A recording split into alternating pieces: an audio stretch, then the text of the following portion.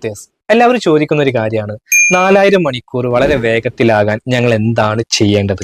ഒരു ക്രിയേറ്ററെ സംബന്ധിച്ചിടത്തോളം ഏറ്റവും ഇമ്പോർട്ടൻ്റ് ആയിട്ടുള്ള ആദ്യത്തെ ആ ഒരു ടാർഗറ്റ് ഇതായിരിക്കും. പക്ഷെ നിർഭാഗ്യവശാൽ നമ്മൾ വീഡിയോസ് ചെയ്യുമ്പോൾ നമുക്ക് വ്യൂസ് വരുന്നുണ്ടാവില്ല. ഷോർട്സ് ആയിരിക്കും പലരും കൂടുതൽ ചെയ്യുന്നുണ്ടാവുക. കാരണം ലോങ് വീഡിയോ ചെയ്തിട്ട് വ്യൂസ് വരുന്നില്ല.